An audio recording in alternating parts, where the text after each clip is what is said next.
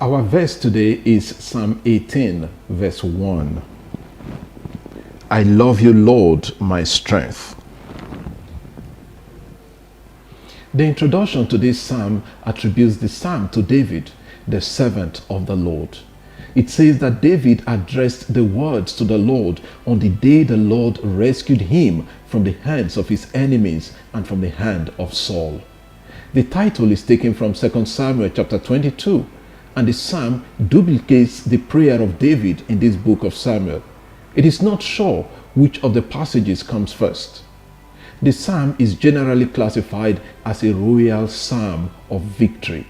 The first words of the psalm in verse 1 is, I love you, Lord, my strength. My interest in this verse is what it means for David to love the Lord and address God as his strength. God called David a man after his own heart. Read 1 Samuel chapter 13, verse 14.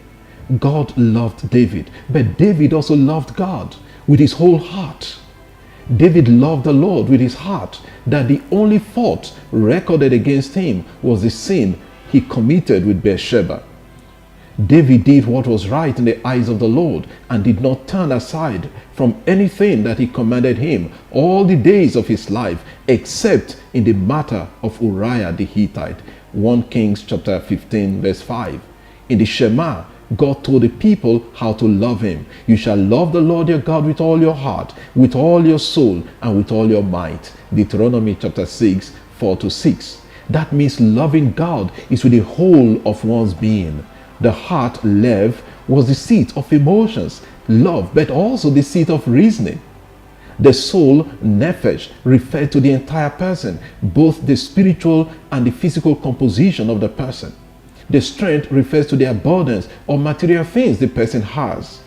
To love God, therefore, entails using everything physically and materially to serve God. For God to call David a man after his heart means he truly loved God with his whole being. David loved God, and God was his strength. It means that without God, he could do nothing.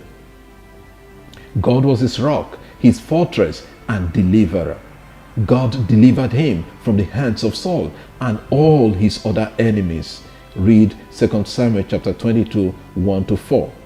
David knew that it was not by his strength, by his might, that he escaped the times Saul attempted to kill him. David teaches us to love God and to trust in God.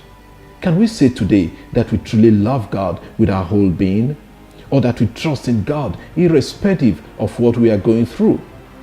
Can we entrust our cares, our worries, and those we call our enemies to God, trusting that God will deliver us from their hands?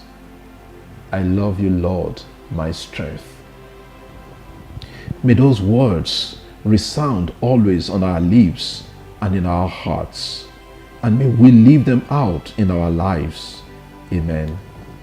God bless you, and I wish you a pleasant day.